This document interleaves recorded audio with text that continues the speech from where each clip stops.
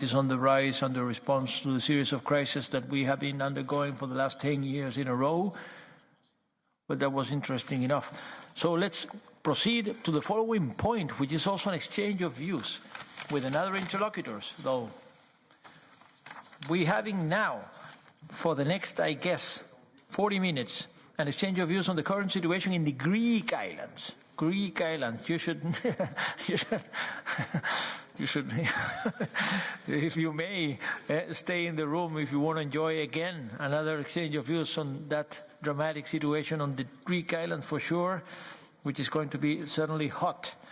Now, we're going to hear from Beate GMINDER, which is Deputy Director in the Task Force Migration Management of the DG Migration Home Affairs of the Commission. And then we will be hearing from Spyros-Vlad, I guess it's pronounced Spyros, it's Greek, Spyros-Vlad OIKONOMOU from the Greek Council for Refugees.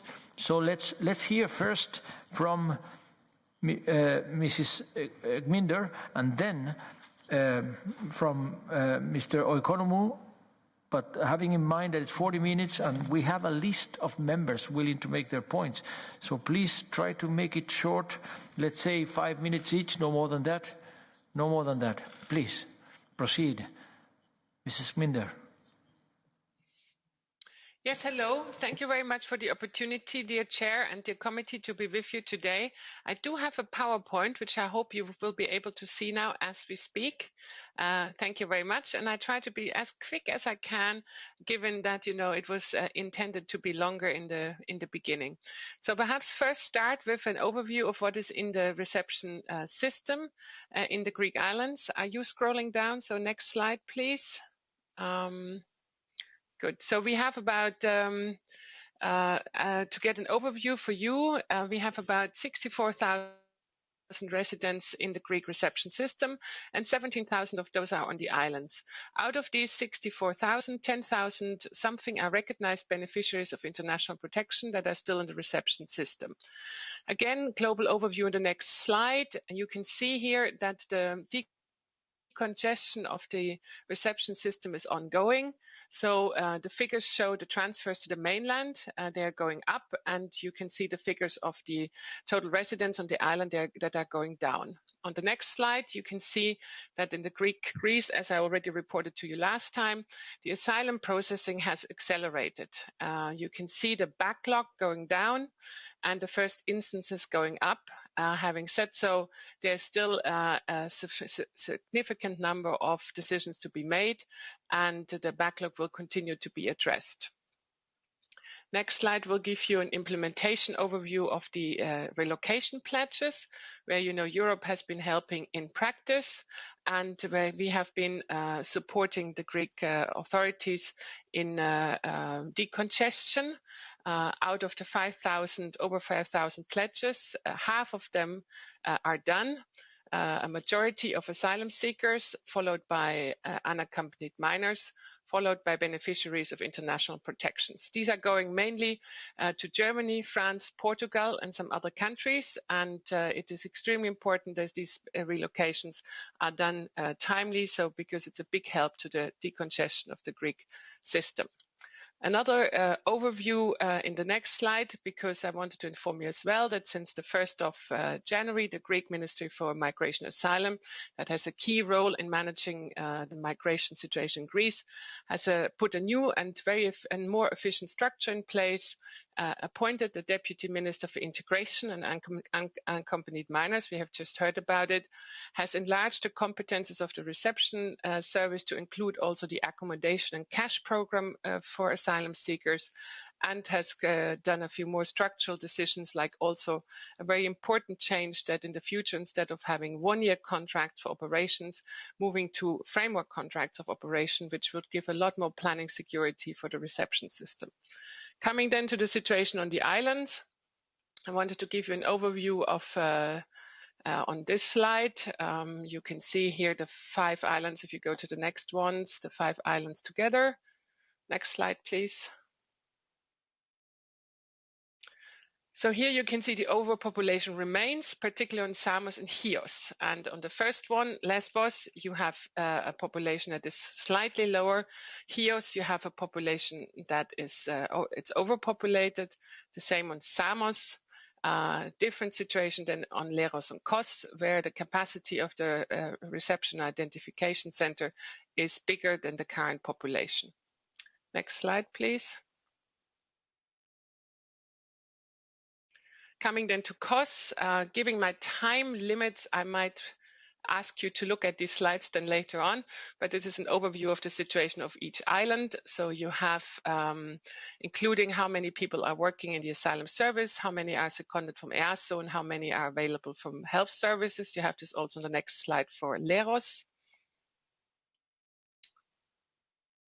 So here you have the overview for Leros.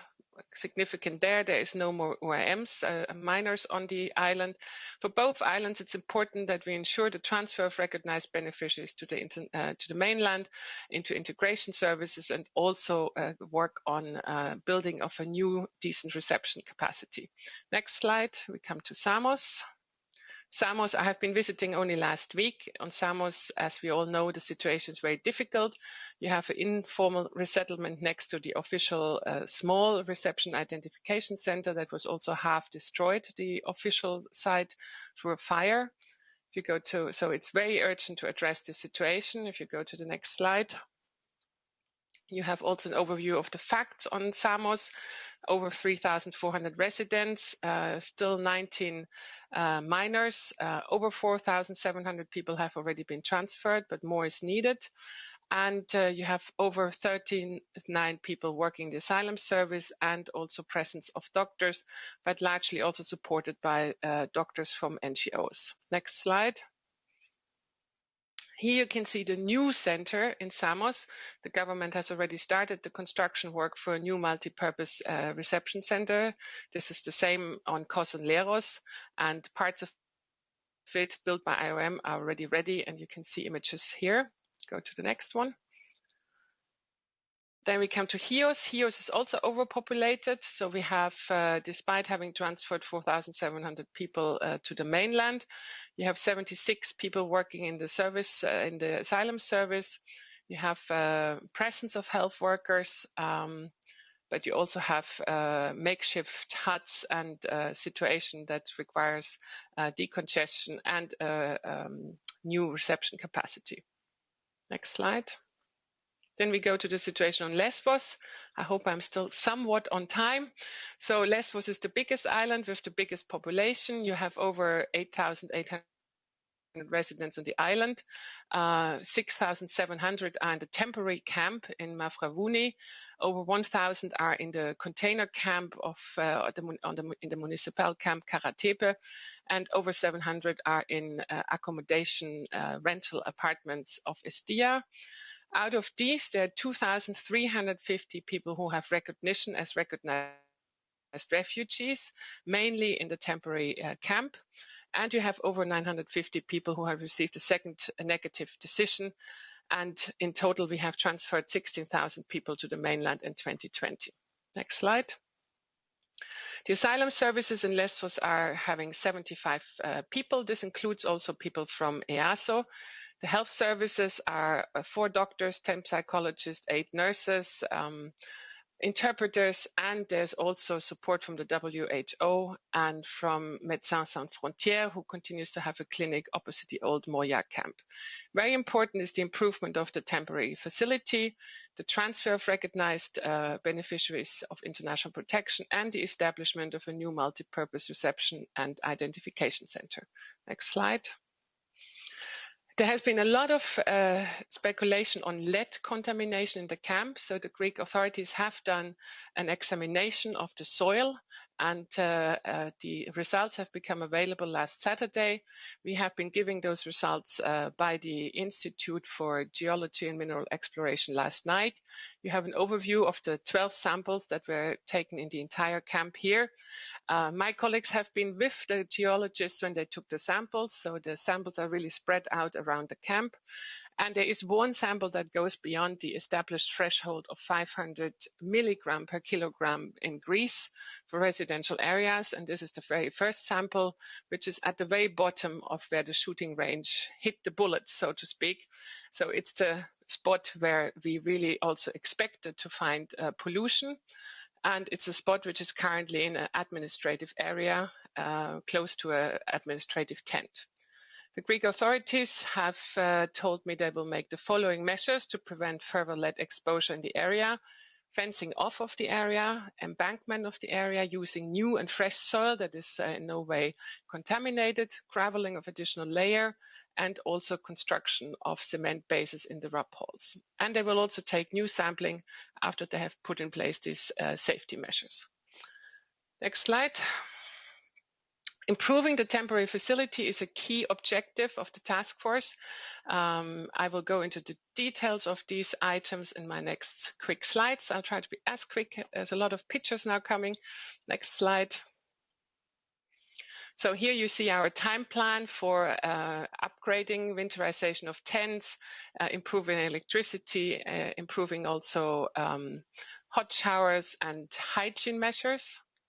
And you have a plethora of actors from UNHCR to Red Cross to UNICEF to the Greek authorities, also clearly identified. This is a view on the camp. You're probably very familiar with it. The camp has 4 zones: blue, yellow, red, and green. The blue area is the one which is currently under construction. This is also the area where the former shooting range was.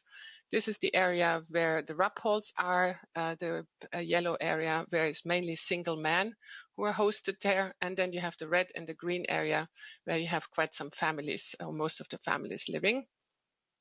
Next one is a real life picture. And there you can see that in this blue area, which is close to the seaside on the left-hand side, that works are already taking place. Next one. A huge challenge in that spot is winterization and flood prevention, particularly in this time of the year. There is a lot of rain, and you can see that UNHCR and the Red Cross have been sheeting and flooring the tents available, and the rub holes have been put on extra gravel so that they're above the initial soil. Here's also some other examples of water drainage, and you have a picture of the evacuated blue area, which was the one that was in the very first rainfall in October, most hit by flooding because it was too low. Next one. Here you can see pumps that are operating in the camp and also evacuating of water to outside the facility. This is the rainfall of 8 January, so it's a very recent rainfall, and you can obviously see that when it rains in the Aegean, it's very massive, and then of course it is difficult to sustain living in tents. It's generally living to sustain that. But this is then after the rainfall. You can still see it's muddy, but 2 days later it's already dried up, even in winter. And luckily, the Aegean often has temperature around 10 to 15 degrees.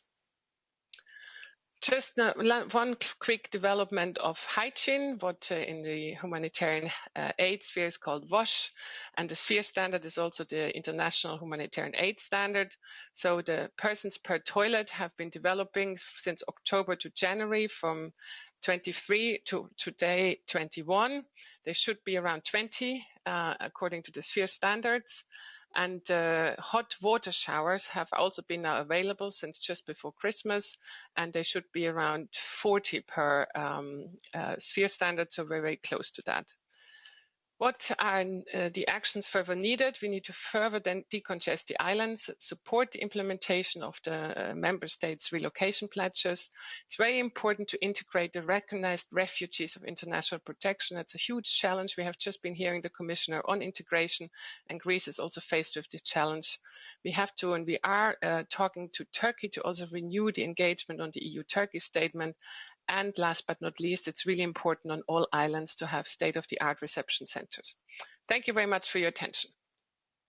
Okay, thank you. Now it'll be Spyros-Vlad, OIKONOMOU, please, to make the case for the Greek Council for Refugees. The floor goes to you.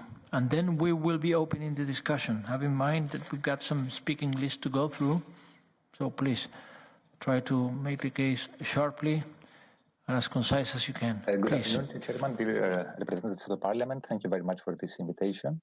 I think that esteemed Deputy Director actually covered largely what I was wishing to cover as part of the reception, so I'll just perhaps add some additional points. So, to our interpretation and to our actually observation on the ground, conditions remain below standards on all the islands, but particularly Lesvos, Samos, and Chios. We have seen some pictures, I'm sure, that indicate this even further. I won't go on with the lead concentration in the Lesbos camp, which has covered for the time, but I will add that the global pandemic has indeed created additional challenges, considering that the people who are stranded in the camps are subject to disproportionate measures of restrictions, which in turn increase the challenges they already have in accessing necessary services. As others have observed throughout the pandemic, and actually as we have observed well through our teams, beneficiaries, that's asylum seekers and refugees living in stranded conditions in the camp, have larger and deteriorating mental health conditions without, at least to our awareness, being able to have proper and continuous support in order to address these challenges, let alone since even if they had this in terms of personnel, it would be impossible to follow up with this procedure once someone is returned again in the same conditions at the camp. On the island of Kos, that is, we are experiencing since last January a situation whereby arrivals are indiscriminately detained upon arrival without undergoing an effective assessment of their vulnerabilities. We have cases of GBV survivors, pregnant women, single-headed families, which at times are even accommodated in the same spots with unknown adults in detentions and the pre-removal detention center. And in all cases we are aware of, this detention is enforced on the basis of the agreement them to Turkey once their procedure has been finalized. As you are all well aware, Turkey has stopped readmitting asylum seekers since last March. Therefore, this prolonged detention, which at times can be even up to 1 year, serves no purpose. We are similarly concerned on the situation in Samos. We are aware of alleged who are still waiting for their age assessment to take place for 7 months. In the meantime, they are living the so-called jungle surrounding the facility. And on this note, if I am allowed, I would like to humbly convey a message from one of our beneficiaries in Chios. He's a father of 2. His children have both severe mental health conditions. As he states, and I'm quoting, "We were expecting from the European Union to treat us humanely and show more interest because we come from Syria where there is war. Here, everything is different. They do not care about us. They left us in the tents. They left us in the cold, in the rain, and in fear." From our experience, it's highly representative of what many people currently stranded in the hotspot facilities feel on every day. There is need for more generous relocation pledges on behalf of member states. There is need for more clarity on the criteria by which, on the more specific criteria by which member states confirm a relocation, accept a relocation, and there's definitely more effort to speed up the process in order to avoid this ongoing situation, which, as you know, has been as such for 5 years. Regarding asylum, we consistently observe is a main trend of indeed speeding up the process, but this is done at the detriment of necessary safeguards. At first instance, we see a trend of late notification of our beneficiaries and of asylum seekers overall on the time of their interview, on which they may frequently be informed either just a day before it ends. On Kos, we had the case of a highly vulnerable woman. She's an SGBV survivor who was in detention from the time she arrived in Greece. The date of her interview had changed, and she was only informed this at the time when the police transferred her to the local asylum office in order to conduct it. Our lawyer was never informed, and she was unable to intervene. These practices, as you understand, challenge the ability of applicants to prepare and properly consult their lawyers in accordance with their rights under both European and Greek law. We also observe some issues with the newly established remote interviews in both Lesvos and Samos. Some of them relate to poor connections, but others also concern the fact that there is no direct contact between the applicant and the persons who have the authority to decide on their case. This complicates the assessment of even minute details in reactions and emotions that might be displayed during this interview, which may always end up at the detriment of their rights, that is, asylum seekers' rights. We also observe an ongoing lack of access to facilities due to legal aid. The newly appointed funded legal aid scheme has yet to be operationalized. In the meantime, on all the islands, as far as we are aware, negative decisions keep being notified to the applicants. Deadlines for an appeal keep being enforced as on every day. But applicants do not have the possibility to actually benefit from their right to legal aid. This is particularly concerning since several negative decisions we see at second instance can be based on very typical details, such as, for instance, that the applicant wasn't able to procure the proof of their residence in time. This is a very strict criterion, which has absolutely nothing to do with the essence of their case. And on many occasions, they are not even aware that they have to comply with such an obligation. On admissibility, regarding the Turkey statement, we see a wide use of standardized templates that reject applications of persons that are subject to the Turkey statement as inadmissible. We notice with concern that these decisions lack updated information, lack an updated assessment of potential changes that might have taken place in Turkey from 2016, when they are usually focused on. On several other occasions, these decisions also include data that are evidently not related to the case, for instance, referring to the applicant with another gender than his own or her own, or providing a different family context than that of an applicant. We also see an exponential expansion of such decisions of inadmissibility from 229 in 2019 to more than 2,800 in 2020. And again, this is at a time when the readmissions as part of the EU statement. So in this context, it is highly concerning for us, especially because people that get rejections at the second instance on the basis of the Turkey statement oftentimes find themselves in limbo or even in detention. It is concerning that alternatives provided by both EU and national legislation, such as the possibility to refer them to the regular procedures, are not applied currently in Greece.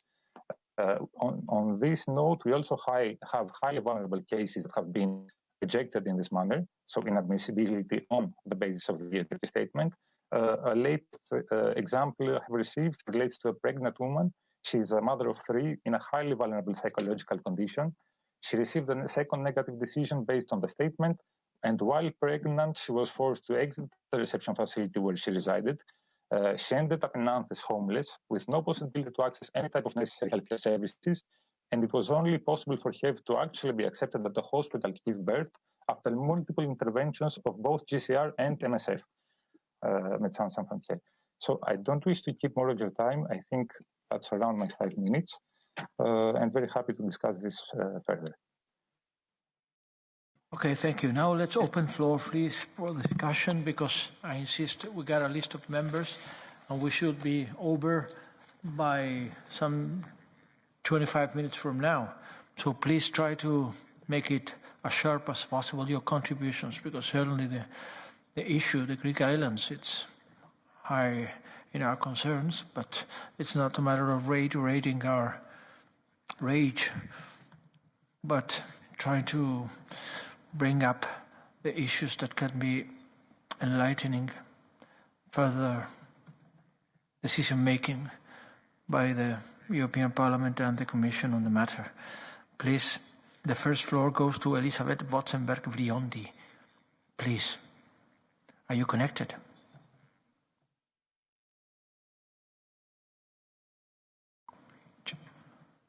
Ακούγομαι παρακαλώ. Can you hear me, Mr. President? We do. We can hear you. Okay. Καλησπέρα σας. Good afternoon and Happy New Year to everyone. I'm going to be very brief, Chairman. I would like to say that Mrs. Beate gave us some very objective data. Mr. OIKONOMOU spoke to various different cases, but in my view, it wasn't particularly realistic. We have to look at the whole context, and I want us to keep to data, to figures, for a realistic picture.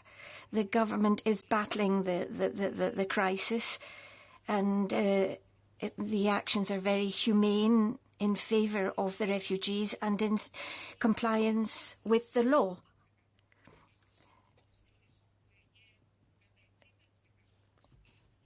There has been an increase in arrivals,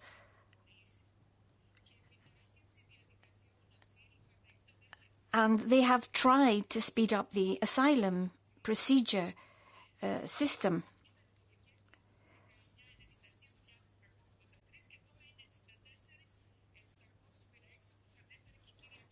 Mrs. Beate gave us the figures, which shows us that there has been a decrease of 30% in the situation, in the situation of the people waiting for being processed. So we have to look at that.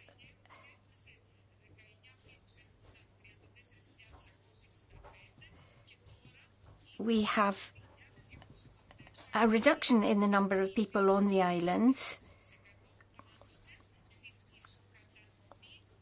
and there has been a redistribution of these people throughout Greece. The authorities have had to deal with a great deal of illegal immigration, and that's obviously a huge problem. I think everyone is aware of the situation. There has been a ministerial decision on the policy to follow, and the Deputy Foreign Minister has been in contact with countries such as Pakistan and Bangladesh, countries of origin of some of the refugees. But the problem, one of the biggest problems, is represented by Turkey. Mr. Davutoglu, the Foreign Minister of Turkey, has not been cooperative in terms of returns. And I have to say, very bluntly, Chairman, that if we look at where we are now with the negotiations in terms of these returns, we in Greece are trying to provide humanitarian assistance.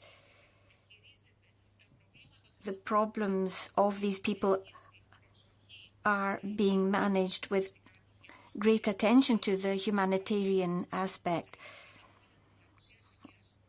And Mr. OIKONOMOU has presented a slightly different picture. I respect him, but It's a list of more than 10 members. Please, yes. I announced. Not easy to interrupt in this format online, but if I am compelled, please, I have to. I have finished already, Chair. Thank you very much. Okay, thank you. Did you finish? You could finish, of course. I didn't want to break your speech, but just to remind you that we have to all bear in mind that there is a time condition whenever. Okay. Thank you for your understanding. We'll go to the next speaker, which is Beate. Are you connected?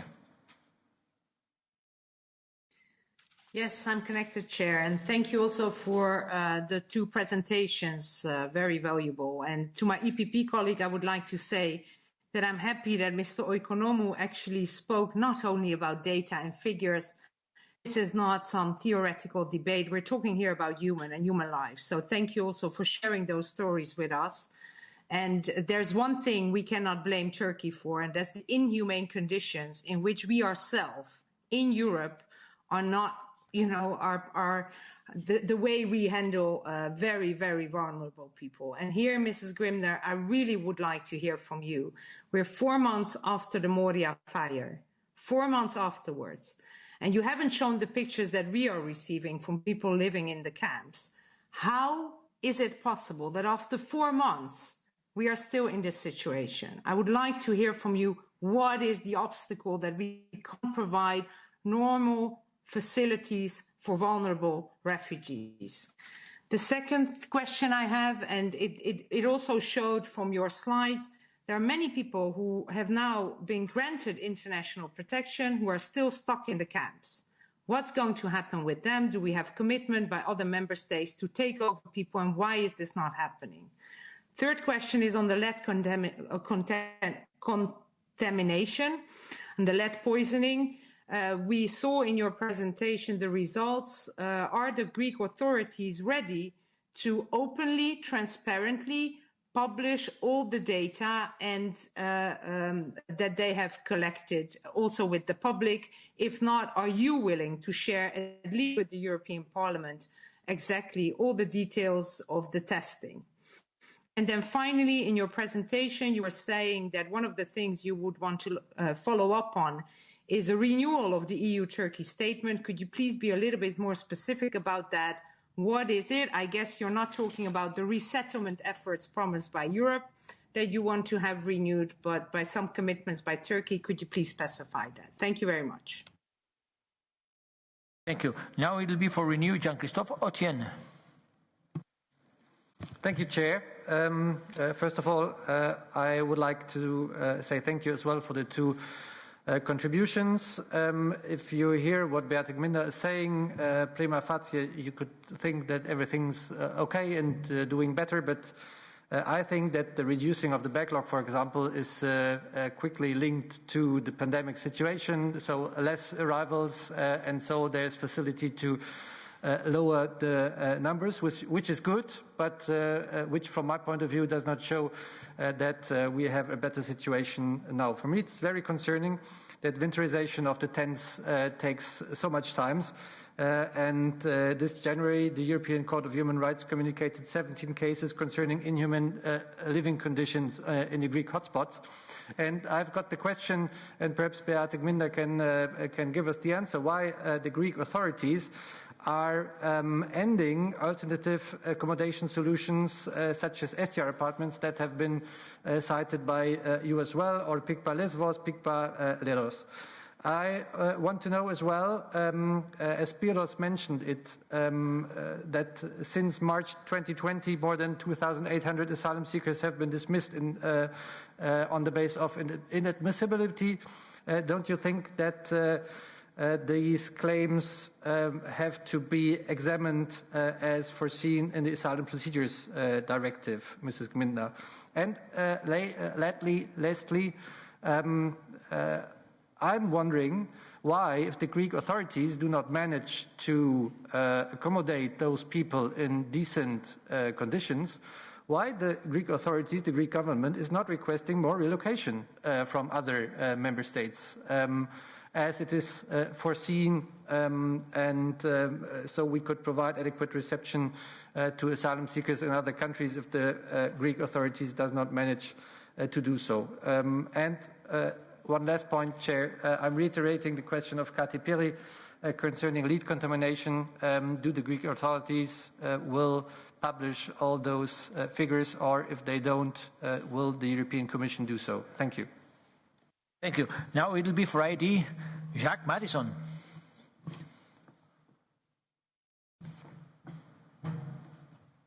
Thank you very much. Thank you for the share, and thank you for those two speakers. It's been very interesting to hear about the situation on the Greek islands. I've been also there several times in Lesbos and in Athens. But first of all, I have to remind that all those problems comes only if the border control is not effective enough. So that's why I have also the question for those two speakers. Maybe you can give your comment and about your views for this. We have the common project Frontex altogether. Like the last year, the budget for the Frontex was 420 million euros. The main topic for the Frontex is like to protect our borders, outside borders of the EU, to minimize the illegal migration, and also to control effectively the migration to the EU. And it means that we couldn't have so many problems with the camps in Lesvos, on the other islands, in Samos. Also, I have a friend who lives in the Samos island in Greece. But what I've seen, like also in the media and all those political statements about the Frontex, I have a feeling, inside of, I really feel that there is like some kind of understanding that the Frontex is not anymore like the border control, what we are paying for all together from the EU taxpayers' money. It's just like the migration agency of the EU, to just go to the sea, to go to the Aegean Sea, take those refugees and also illegal migrants on board and bring them to the EU. So what is the point for the Frontex if we really don't have effective control on our external borders, and we have to solve those problems now here inside of the EU? We all understand that those problems could be solved very easily if there is a bigger mandate and bigger control for the Frontex to really do the work what they should really do. What is your opinion, those two speakers, please? Thank you very much.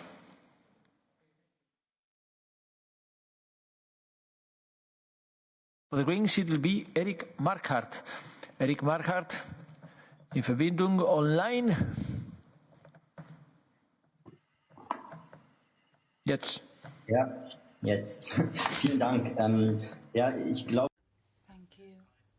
Well, I think what we can say for now is we've got these different understandings of border protection which have led to this unacceptable situation, Frontex, etc.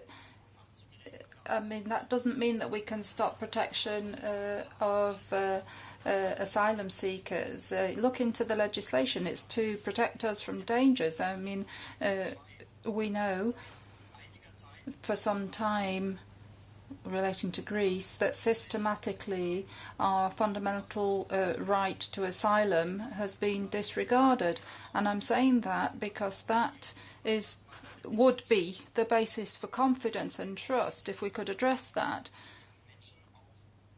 so that there could be trust that people would be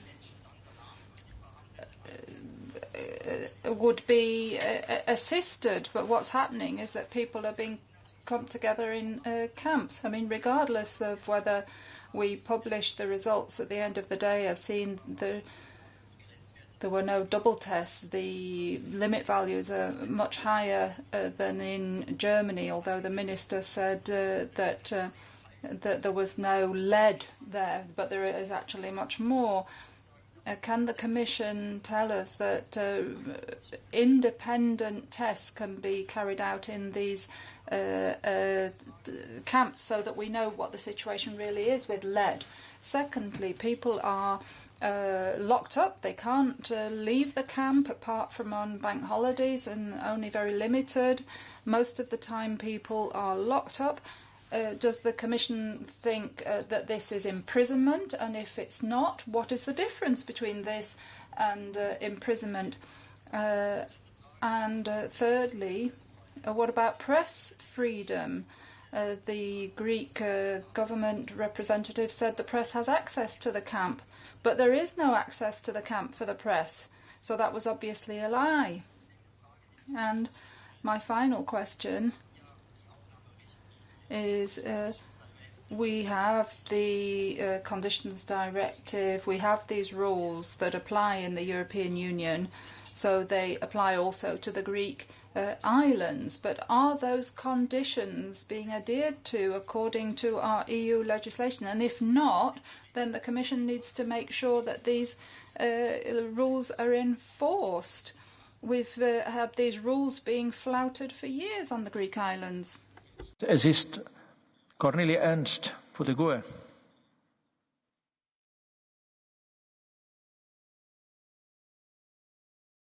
Frau Ernst? Ja. Alles klar. Ja, vielen Dank. Thank you. I wanted to say something about the health issues and problems. A colleague has said that there are shortcomings, and the MSF most recent report says that on the Greek islands there is great physical and psychological burdens on the people. 60% of new patients in the MSF clinic, 60% have suicide thoughts, and many of them are in danger. 49 children needing psychiatric care. So what is happening with these people? These people are under great danger of that need psychological support and are not getting the care that they need. What is going to happen to those people in the future? And secondly, what about the youngest children in these camps? Looking at Lesbos, 129 children under 1 year old. 56 of them were born after the fire. And they're living in dirt and rubbish. There's hygiene problems on Samos, many other problems. I'd like to know, what are you going to do to secure children's well-being and hygiene conditions? And how are you going to realise those conditions? And those that need protection, such as battered women, victims of rape, that have managed to get to Lesbos. And the Greek programme for housing for these victims has been ended. So what is the Commission going to do for these people who need protection? I want to know quite clearly what has been done about the lead pollution in the camps. In every other member state, there's at least a small reference to lead pollution. Does that not apply to migrants? Greece, Kostas Papadakis.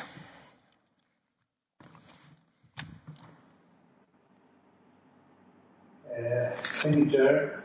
Η απόφαση της Ευρωπαϊκής Ένωσης και της ελληνικής κυβέρνησης είναι The position of the government in Greece is very clear. I'm sorry, but the audio is so poor that the interpreter can't translate that. Η Ελλάδα με αλυσίδες τον κανονισμό του Δουβλίνου, τη Συμφωνία Ευρωπαϊκής Ένωσης Τουρκίας και χωροφύλακα τη Frontex. Το νέο αντιδραστικό σύμφωνο για τη μετανάστευση και το άσυλο που μεθοδεύει η Ευρωπαϊκή Ένωση ενισχύει περαιτέρω τις αντιδραστικές κατευθύνσεις που οδηγούν στον εγκλωβισμό των προσφύγων σε απάνθρωπες συνθήκες.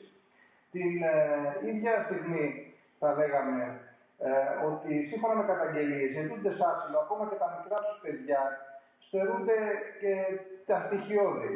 Εκτεθειμένοι στην πανδημία, το κρύο, τις μολύνσεις, τόσο στις παλιές όσο και στις νέες μόριες, κλειστού ή ανοιχτού τύπου που πάντα φέρνουν την ίδια υπογραφή της Ευρωπαϊκής Ένωσης και διαχρονικά των κυβερνήσεων. Προωθούνται επίσης οι μαζικές fast track απορρίψεις ασύλου και οι απελάσεις και τους στέλνουν πίσω στην κόλαση των πολέμων για τους οποίους η Ευρωπαϊκή Ένωση έχει μεγάλες ευθύνες, δηλαδή τους στέλνουν πίσω επίσης στα κάθε είδους κυκλώματα. Όσο και αν η Ευρωπαϊκή Ένωση και η ελληνική κυβέρνηση περιφρονούν τα δικαιώματα και τα αιτήματα των προσφύγων και μεταναστών, των κατοίκων των ελληνικών νησιών που έχουν δώσει μεγάλο αγώνα, η μόνη διέξοδος βρίσκεται σε σύγκρουση με τις συμφωνίες και αποφάσεις της Ευρωπαϊκής Ένωσης, στον άμεσο απεγκλωβισμό προσφύγων και μεταναστών από τα νησιά για άμεση μετάβασή τους στις χώρες τελικού προορισμού τους, όπου εκεί να εξετάζεται και το αίτημα του ασύλου τους. Ευχαριστώς. Sorry to announce that there was a problem with the interpretation system, but anyhow, you had the right, made your point. But I am announcing that I am requesting patience and from the guest speakers, because we try to, as much as possible, to open up a second round. But in this second round, I please urge you to make it in 1.5 minutes each, so that they will be given some additional minutes to conclude. The speakers representing the Commission and the Greek refugees that we have heard before. Please, first floor, 1.5 minutes maximum, please. Carlos Ressler, are you there? Thank you, Chair, and thank you for the valuable presentations, but also thank you to everyone who contributes to the improvement of the living standards in the Greek islands. Contrary to the constant attempts of politicization and criticism that is often really detached from reality. Despite the decline of illegal border crossings, but also despite the acceleration of the asylum processing, still more than 17,000 people remain in the Greek islands, and migration certainly remains the central social and political issue of modern Europe. We need a stronger, more efficient EU migration policy, and that is something that we really have to solve urgently. We simply cannot have only ad hoc solidarity anymore, and it is crucial to be proactive in finding good solutions. My question today would be basically to ask you, could you maybe give us a more precise overview of EU officials, of EU services that are present in the Greek islands, and where you see the room for improvement for additional expert support or the support from the EU and the EU agencies in the ground. Sergio Bartolo. No, Pietro Bartolo. Pietro Bartolo, prego. Go ahead, please. Pietro Bartolo. Good afternoon. Thank you, Chair. We've talked about the situation in Greece. Now, there might be different situations, but the policies are about stopping migrants at the borders rather than tackling the crisis. Now, it's a dramatic situation. There are 17 cases from the European Court of Human Rights about inhumane treatment in Greece. The situation is getting worse because of the cold, the pandemic. People are housed, if you can call it housing. Sometimes their tents get carried away by the wind.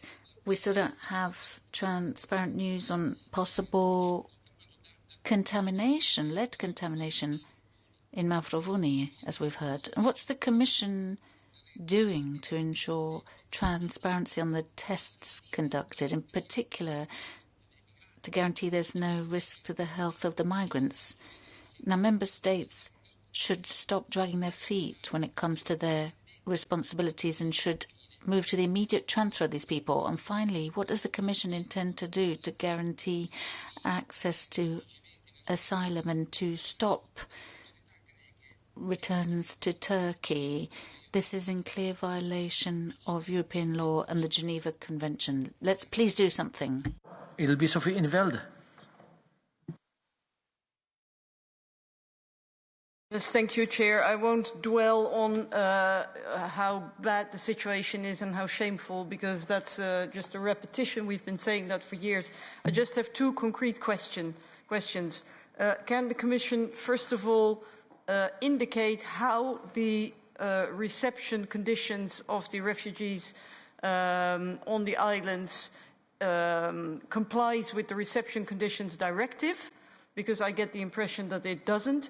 And secondly, we have already received some information of the Commission on how the 700 million euros that we allocated last year on improving the reception conditions, how that has been spent. But we only got very general information. And if I look at these images, and if I see that, tents have been set up in October and only in January they start winterization, as if the arrival of winter was a big surprise, And they're tents. It's very basic. It's I would like to get a very detailed breakdown down to the last penny, how that money was spent and how it translates into the reception conditions. Okay, thank you. Tineke Strick for the Greens. Can you make it in 1 minute and a half maximum, please? Yes, thank you, Chair. I would also like to thank Mrs. GMINDER and Mr. OIKONOMOU for their presentations. And indeed, let's face it, like the others have also said, the contract that was given, I think, to Oktar to create good camps before winter has completely failed. And that means that still thousands of people are stuck in mud and in the cold, and that the winter is far from over yet. And indeed, actually, I think we can conclude that not a single provision of the Reception Conditions Directive is being met at the moment. And even the European Court on Human Rights is assessing if the situation doesn't amount to inhuman and degrading treatment. So Mr. GMINDER is very positively giving an overview of the progress, but if this little progress is that acceptable if there's such a big gap between the EU asylum acquis and the factual situation? Can you please respond to that?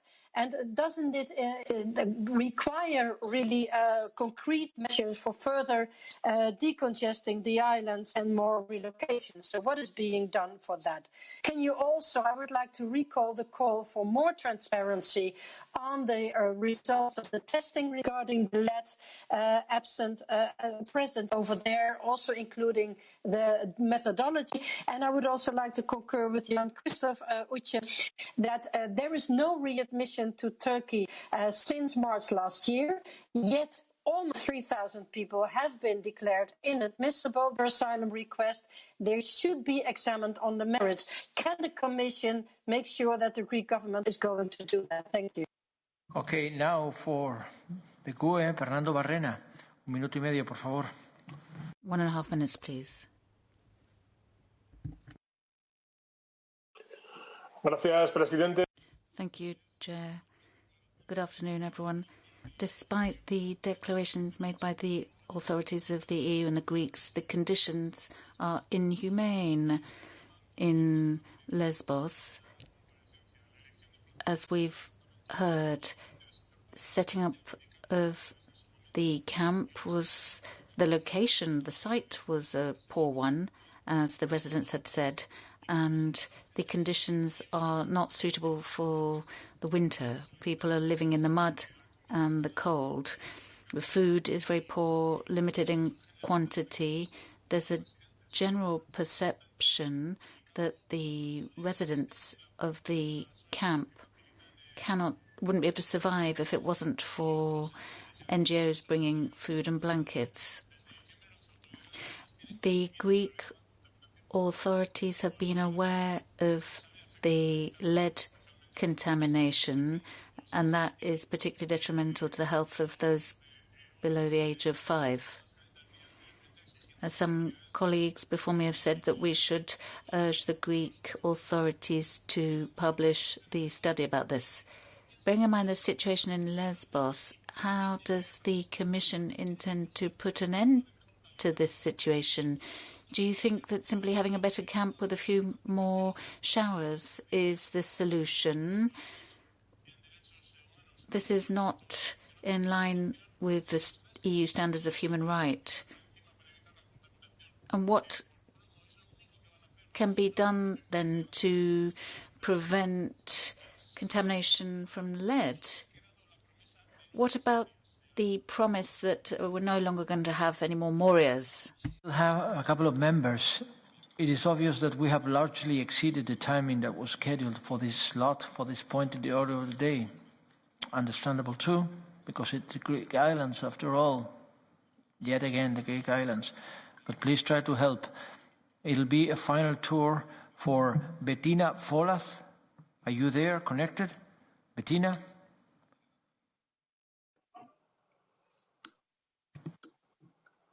Ja, ich. Yes, I am connected. Thank you very much, Madam Chair, Mr. Chair, and thank you for the previous speakers.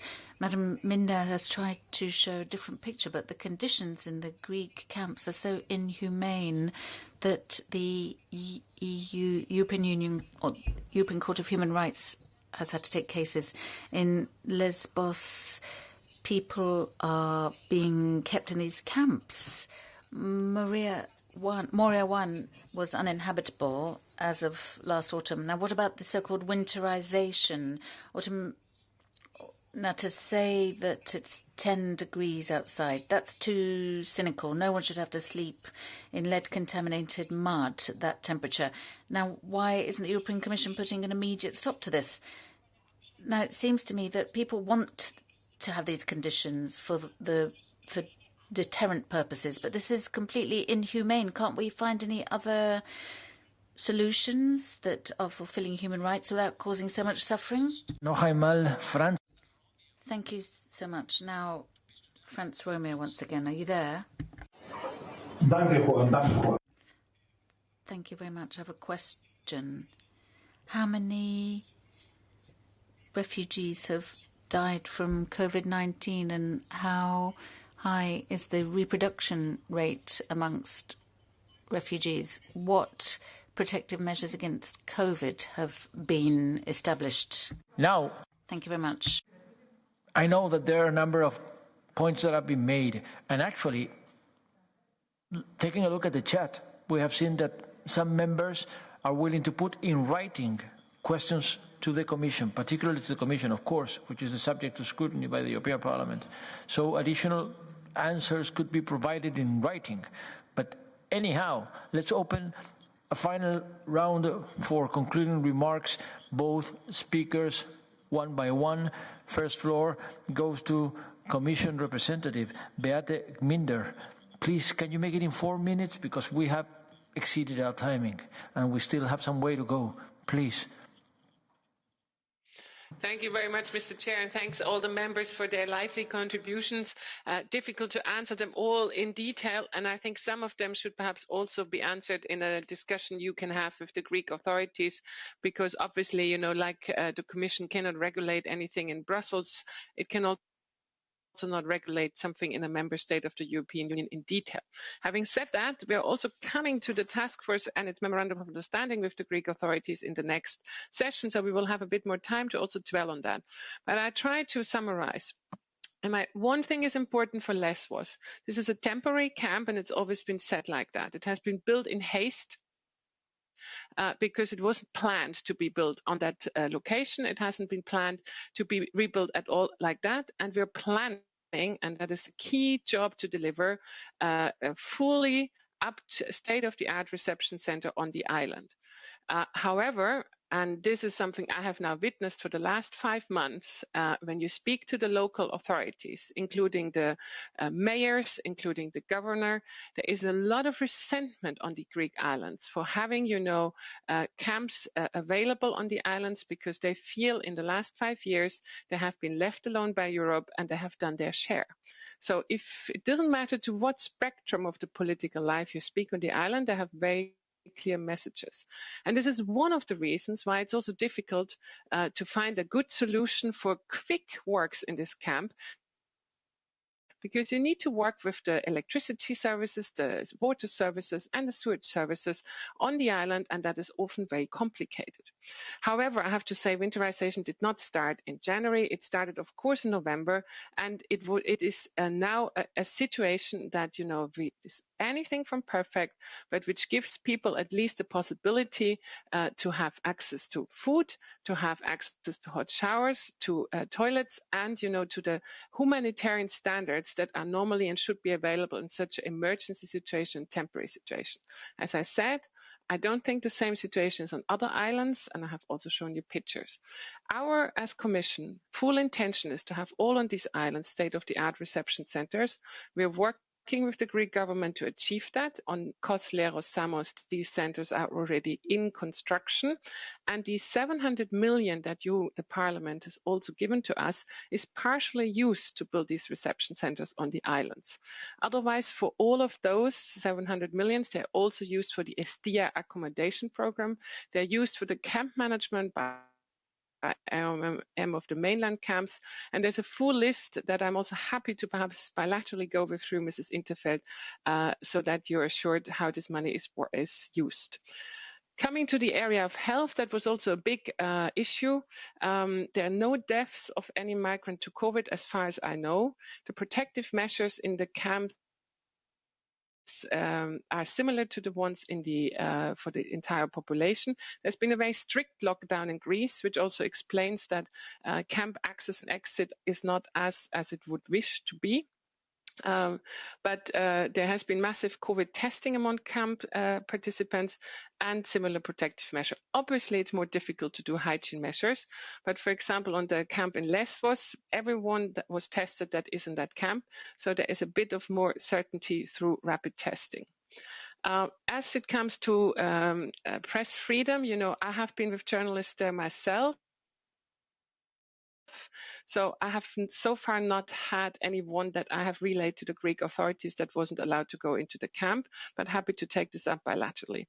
As to the other facilities that have been partially closed down, this is part of what the Greek government is discussing with the local authorities, that it is really important to demonstrate to the local authorities that the management is done fairly and possibly in one location where, there can be close management of the situation. The Greek authorities have reduced the asylum backlog by 64%, but the inadmissible are indeed an issue if the situation continues that Turkey does not return people from the islands because of Corona. So that's something we will have to further discuss with the Greek authorities. Finally, coming to the lead, the Greek authorities have assured me that I will make public the information and be available to reply to information about that and give more information about that. Thank you very much. Thank you. And how about Mr. OIKONOMOU from the Greek Council of Refugees? Would you like to share with us an additional comment after having heard from the members on the points that have been made after the certainly dramatic ongoing situation in the Greek islands? Yes, of course, thank you. I just wanted to add some clarifications with respect to the data collected. This is largely based on our own experience for the field. It has been constant. It has been constant for 30 years, and it has been at all the entry points of board at all of Europe's entry points in any case, and on the islands. Last year, we've had more than 30,000 persons to whom we've provided our services. This year, we haven't yet issued the data, but there are thousands more. So largely what I wanted to share with you was primarily their experience, because we feel an obligation to actually act as a sort of channel to also have their voice conveyed to the Parliament, and not only us at a technical or expert level. And I'm, in other case, not saying I am an expert. In what regards border controls, and of course, again, sorry, in regards to the data, of course, from authoritative sources, including UNHCR, IOM, the Committee for the Prevention of Torture, and so forth. In what regards of the border issue controls, it's outside the scope of our mandate, so I can't really comment on that, aside of reaffirming our constant concern on the multiple allegations of pushback perpetrated at Greece's land borders and sea borders. That's it from my side. I can't really say anything more. On the issue of progress made, maybe it was a misunderstanding in the things I presented things. Progress is made if we are discussing about decongestion, but decongestion itself doesn't really mean anything. The quality of these conditions provided to the people that live in either island or mainland camps can be up to the European standards and the asylum acquis. And finally, I would just like to say that indeed it is unfortunate that some of the best examples Greece had with respect to alternative types of accommodation, such as Pikma and Lesvos, and more recently, as we are informed, the previous Karatepe facility in Lesvos again is also expected to close by February. It's very unfortunate that it could provide different conditions to highly vulnerable asylum seekers are closed in favor of the upcoming multi-purpose reception centers.